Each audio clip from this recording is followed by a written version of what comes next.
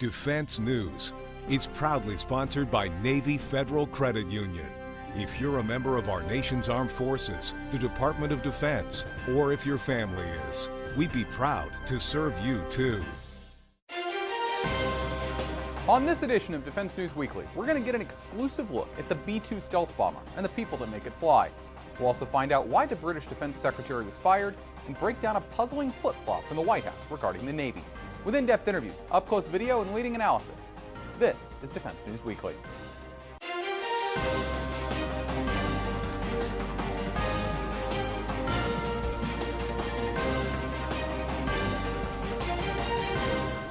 Welcome to this week's edition of Defense News Weekly. I'm Jeff Martin.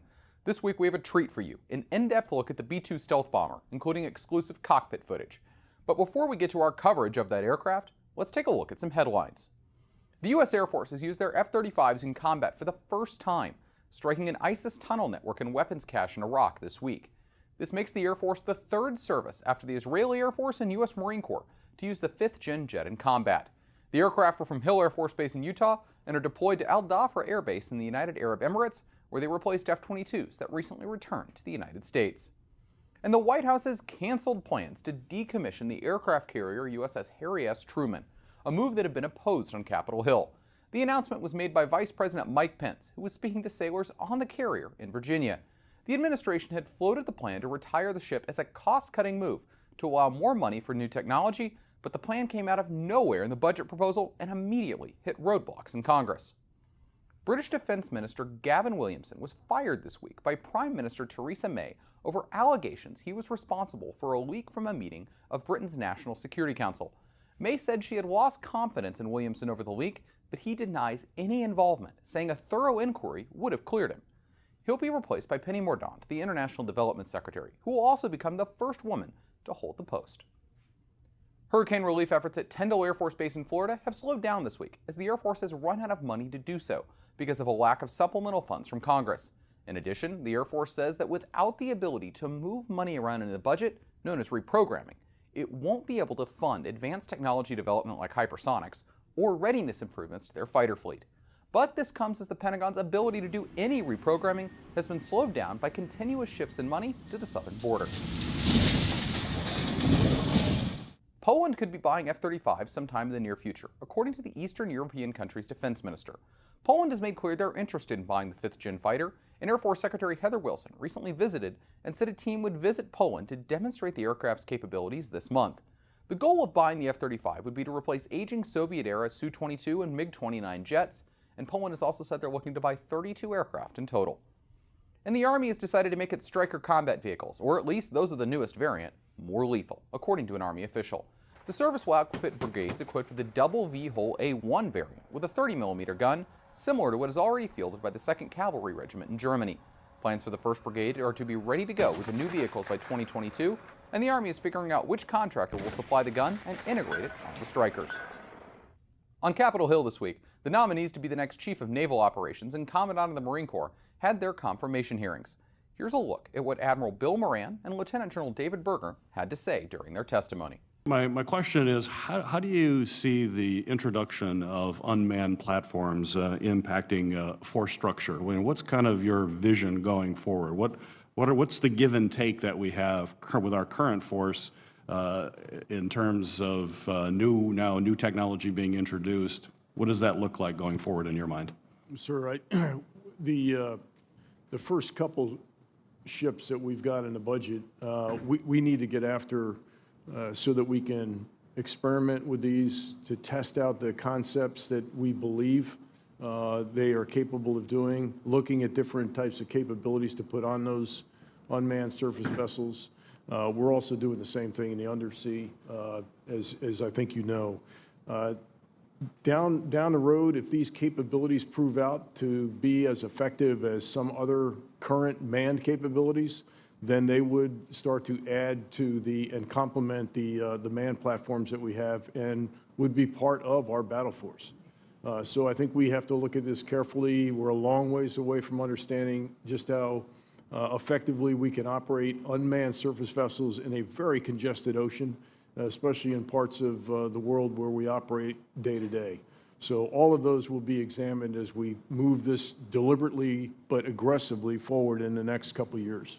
The Marines are our Swiss Army knife. They do everything, but sometimes trying to be everything to everybody is a real challenge. And so Marines have to be first to fight, and you have to be flexible in dealing with the challenges. We focused on terrorism. Now it's great power competition, but the bombing in Sri Lanka shows that ISIS is, if they're not holding a caliphate, they're nevertheless still active all over the globe.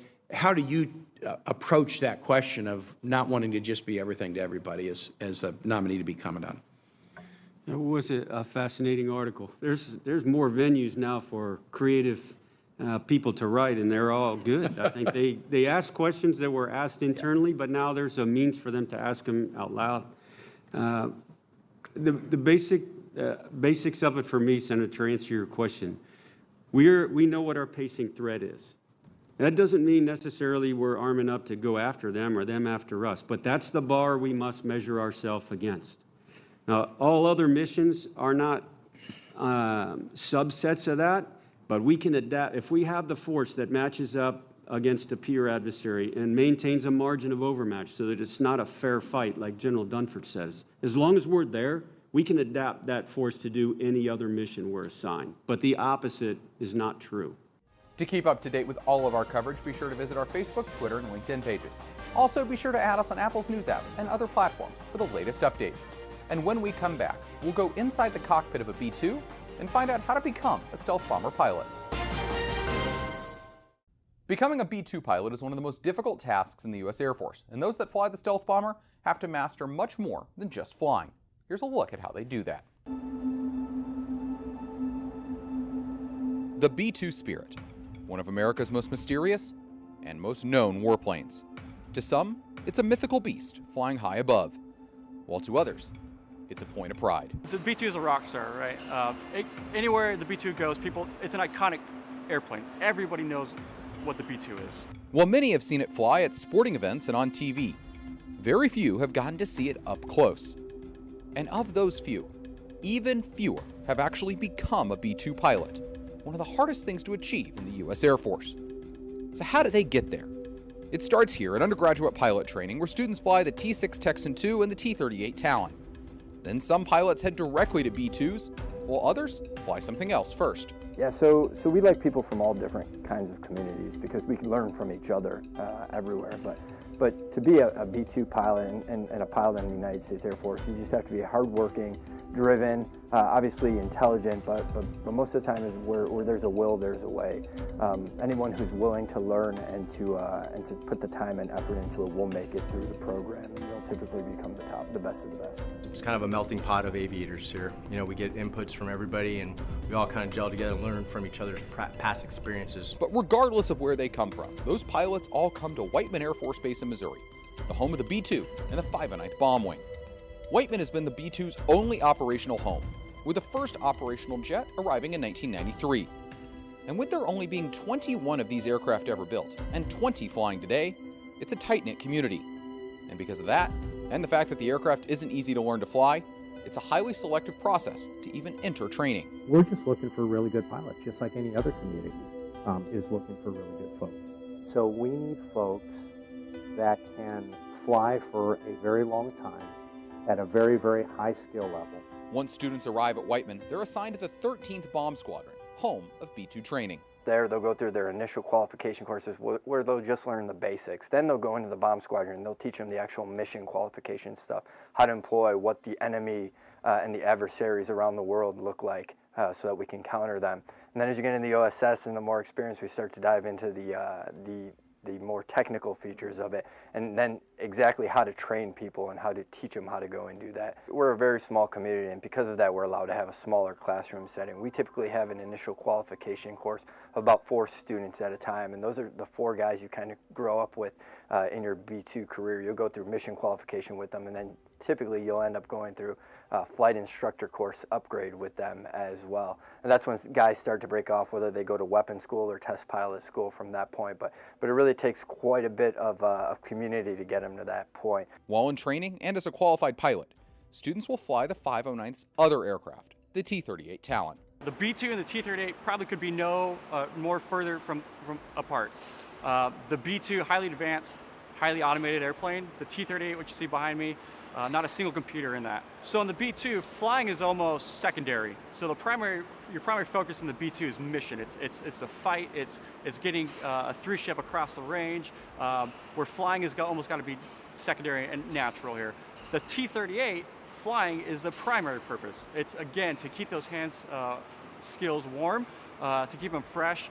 But when it comes to actually flying the B-2, pilots have nothing but praise. It's a very smooth plane to fly, thanks to the flight computers that control its surfaces very well. It's a beautiful machine. Another key aspect of training, beyond just flying the B-2, is the length of time missions take. Often more than 30 hours, which takes a huge toll on the body. As a result, pilots have to be able to train their bodies to handle that amount of time in the air. And at Whiteman, that training is the responsibility of Captain James Dreibelbus, an aerospace physiologist.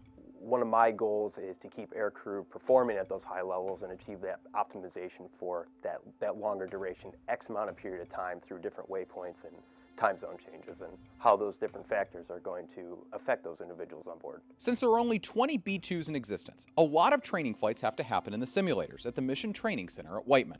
One key training sortie they oversee is a 24-hour flight designed to simulate a strike mission anywhere in the world. And according to one pilot, being in a simulator that long is almost like a road trip. If you're stopping by the fast food restaurant and you get the double cheeseburger and the fries and the shake and everything, and you're going to put yourself to sleep. But if you don't eat anything, you're also going to feel miserable, so you got to find that happy middle point. And by doing that 24-hour WIS to get somebody mission qualified, it helps you learn those things about yourself before you do it in the jet for real. Focusing inside the cockpit on all the various tasks that go along with getting to where you're going and making sure that you're going to be able to employ the weapons effectively, get the effects that you want. And beyond just flying the aircraft or staying awake to do so, students have to learn the B-2's main mission: dropping bombs on bad guys. Really, our mission here is to be lethal. That's it. So if there is something on this planet that needs to be destroyed and our elected senior officials deem it necessary to be destroyed, the B-2 stealth bomber will find a way, and we carry the capability and range of weapons from the conventional side of a 500-pounder up to our 30,000-pounder massive ordnance penetrator, the GBU-57. And then if that can't kill it, we've got the nuclear option as well. So the B-2 holds just about every target on this planet at risk. But regardless of the type of mission, from a training sortie to a strike mission, those who fly the B-2 have to execute at a high level, because when the B-2 is seen, it makes itself heard in a big way. The access Defense News has gotten to the B-2 would not have been possible without our production partner, independent journalist and producer Jeff Bolton. To find out more about our project involving the entire U.S. nuclear enterprise, I sat down with him to chat. Take a look. All right, Jeff, thanks for joining me today to talk to this project. So first of all, why Stratcom for a project like this? Why look at the nuclear enterprise for something like this? You know, Jeff, since the end of the Cold War, at least the one we know that ended in 1989, there hasn't been a real big look at the nuclear enterprise. And in the last, you could make the case, 20 years, we've been dealing with terrorism. So dealing with a sort of a ground-based threat in the Middle East that's antithetical to the nuclear threat. So during that time, we've seen rising nation states of China and Russia, for example. Russia wanting its old glory back, if you will, and China wanting to be a new world power. And their nuclear arsenals are significant. So you could make the case that we're really in a new Cold War today. And because of that, I just felt like it was a good idea to dig back into a subject that's been largely silent in the United States, and that's the entire nuclear enterprise. So what are people going to see in this? We'll call it a soup to nuts or stem to stern look at the people and the platforms and the command and control. It's such a big, unwieldy subject, and it's a difficult subject, frankly, too, because the weapons that we're talking about here can annihilate the human race. On the other hand, all the people that I have met along the way want to do just the opposite. They want to be professional to make sure that that can never happen. And so the entire idea of how that works, how you find those people, how they interact with the weapon systems, and how they interact with their families, I think just makes a great story. So that's what we're going to see. Was there one experience, one person you talked to there at Whiteman that kind of made you just go, this is what this whole thing is about? A lot of those experiences, but I'll tell you that one of them that really struck me was when I interviewed the airmen, enlisted airmen that do the low observable piece of the B-2. You know, as everyone in the world knows, it has different coatings on it, radar absorbent materials, and to talk with them, they're all highly experienced people, but just the enormous knowledge and pride they have when a jet taxis out, to go for training or to go to war is stunning. These are the folks you never see in the mission. You just don't see them. They are in the background, rarely seen, rarely heard. And when we had the opportunity to interview them, I chose to do that, and I wanted to. And as a group, they just struck me as what I think as American citizens, for me and you as civilians, look at and go, these are the quiet professionals. These are the reason that we sleep at night. It's these guys in this instance that make sure nobody can see that bird. They're the reason that it's as great as it is. And to get just to be among them was a huge honor. So they really, the low observable team, wow, amazing. On the larger scale, though, when it comes specifically to nuclear weapons, what was your experience with talking with the people that deal with that? Is it something that's kind of like a cloud that hangs over them? Is it that they have to think about all the time? What was your impression? It's not a cloud that hangs over them. I can tell you the one thing that I know that I didn't know before I went is somewhat ties into your question. I asked myself, you know, is it possible, would I have the mental fortitude to hit the big red button and annihilate a city and potentially, you know, 100, 250,000 people, whatever it may be. And being among them, they draw so much on their history. And you go back to Hiroshima and Nagasaki in a war that we had to win, and we had the means to do that. They didn't hesitate. And it was very obvious to me that while they take the threat enormously, they're enormously serious about it, they're not particularly burdened by the task.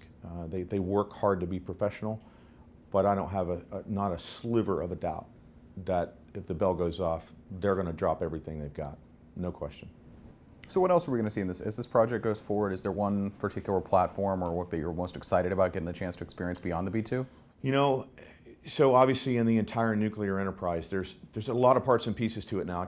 I don't even know what they are yet. We're still learning along the way. I'd like to think we know a lot, but we show up somewhere and we find out we don't know anything.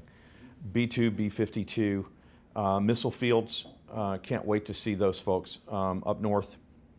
Missile boat, obviously, doing an embark with those guys. We're hoping to get that done last. I think it's kind of the capstone that we want to have for the whole series. But we're also doing command and control.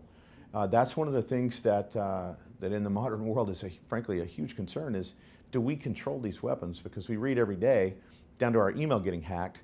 We go, well, surely we couldn't hack something inside of our military. Well, we know that that's happened. And then we say, well, surely we couldn't hack our nuclear enterprise in any way. I don't know if it has or hasn't happened, but I know that they have devoted enormous sums of money and resources and time and energy to make sure that can't happen. So we're going to look at command and control as a part of this. We're also going to look at the NAOC jet, the National Airborne Operations Center. I think it may have another name today. That is varied from NECAP to NAOC to everything. A little bit longer. We're also going to go fly that airplane with those crews and understand them. And I think, so I'm excited about all that, but the stuff, Jeff, that brings me back are the people. The jets don't love you back. The missiles don't love you back. Even the B-2 is a multi-billion-dollar hunk of plastic and computers without only 2 people that are, again, wildly smart and dedicated to what they do to get in and operate it. So hearing their stories and seeing what drives them to join the military and do this particular mission is amazing. Really, really kind of, it's eye-opening. Great. Jeff, thanks for the time. I appreciate it. You bet. Coming up, we'll find out the role of Whiteman Air Force Base and the B-2 in a potential nuclear war. On this week's Money Minute, Navy Federal Credit Union personal finance expert Jeanette Mack offers her latest tips. May is National Military Appreciation Month, a celebration honoring our veterans, service members, and their families. While military discounts are offered throughout the year, the deals get even better in May. With everything from department store sales to amusement park discounts, there's tons of offers out there. But don't feel like you have to jump on everything. Focus on the deals that bring you the most value to you and your family. For example, if you're looking to refinance your car loan, It could not only lower your monthly payment, but some financial institutions are also giving $250 in cash back. That's bonus bucks on something you were already going to do. Also, it's the time of year when it pays to have friends in the military, especially since you're in the military too. Referral campaigns are everywhere, meaning you and your friends can get freebies or even cash for referring each other to organizations or financial institutions to which you already belong. It's a great way to pass on the awesome benefits you get to your friends and earn a little something for yourself. The truth is, you and your family should enjoy every benefit afforded to you, especially if it brings real value to your lives. You deserve it. We thank you for your service and happy Military Appreciation Month. Thanks, Jeanette. We'll see you next week. To get more defense news coverage, be sure to visit our website at defensenews.com and subscribe to our Early Bird Brief, delivered to your inbox every weekday morning to get you ready to start the day. And coming up, we'll find out the role of Whiteman Air Force Base and the B-2 in a potential nuclear war. The B-2, and by extension Whiteman Air Force Base, play a big role in any potential nuclear conflict. So every day, they're preparing and getting ready to execute their most important mission. Here's a look at how they do it. Only one American combat unit has ever dropped nuclear weapons in anger, the 509th Bomb Wing. As part of what was then known as the 509th Composite Group, 2 Boeing B-29s from the 393rd Bomb Squadron dropped atomic bombs on Hiroshima and Nagasaki in August 1945. To this day, the 509th wears a mushroom cloud as part of their patch to show their unique history. And while they've flown some of the most advanced bombers in the U.S. inventory, including the Boeing B-47 Stratojet and B-52 Stratofortress, along with the General Dynamics FB-111A, those aircraft pale in comparison to the 509th's current aircraft, the Northrop Grumman B-2 Spirit stealth bomber. The unit is currently based at Whiteman Air Force Base in Missouri and has one mission. So if there is something on this planet that needs to be destroyed and our elected senior officials deem it necessary to be destroyed, the B-2 stealth bomber will find a way, and we carry the capability and range of weapons from the conventional side of a 500-pounder up to our 30,000-pounder massive ordnance penetrator, the GBU-57, and then if that can't kill it, we've got the nuclear option as well. So the B-2 holds just about every target on this planet at risk. The B-2, and by extension the 509th, make up part of the airborne leg of America's nuclear triad, which also includes submarine-launched missiles and land-based intercontinental ballistic missiles scattered across the American West. That triad is designed to deter America's enemies from ever attacking her. But in order to do that, the 509th Bomb Wing has to be ready. Strategic nuclear operations at the core of our mission set. So should that phone call ever come in, we will be prepared to execute our mission. That's the highest level of global conflict. So we're ready to do that. That in and of itself is a big deal. And for our nation, our job is to ensure here that we have a safe, secure, reliable, and affordable nuclear energy. And while there are other nuclear bomber wings in the Air Force, the 509th has something very special: stealth. And the stealth mission and what goes into maintaining these platforms at a very, very low observable levels to ensure that we've got access against any adversary that would want to challenge us on the world stage. So how does the unit ensure they're ready for nuclear operations? It starts with just determining who can even get near them in the first place, in a program known as the Personnel Reliability Program, or PRP. The program consists of holding certain members to a higher standard that are going to be used in the Nuclear Weapons Personnel Reliability Program.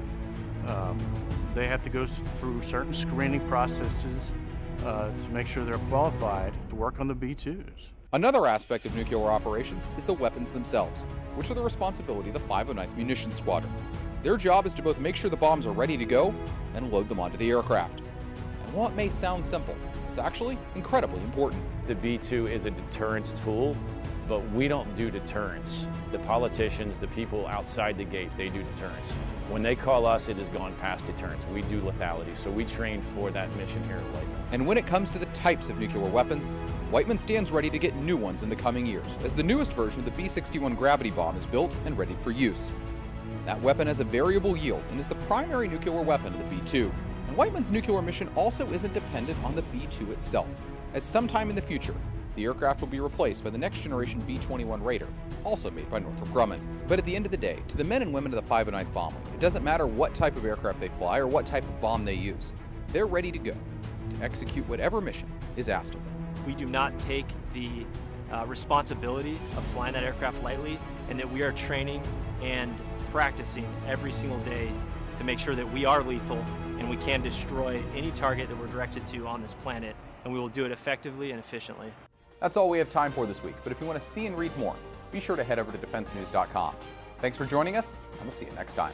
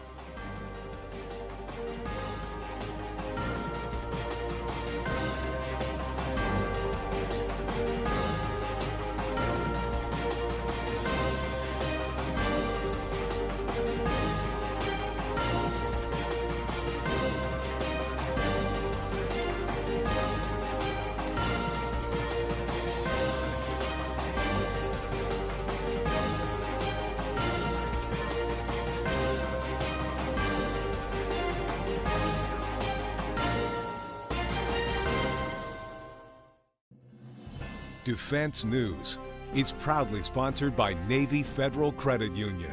If you're a member of our nation's armed forces, the Department of Defense, or if your family is, we'd be proud to serve you too.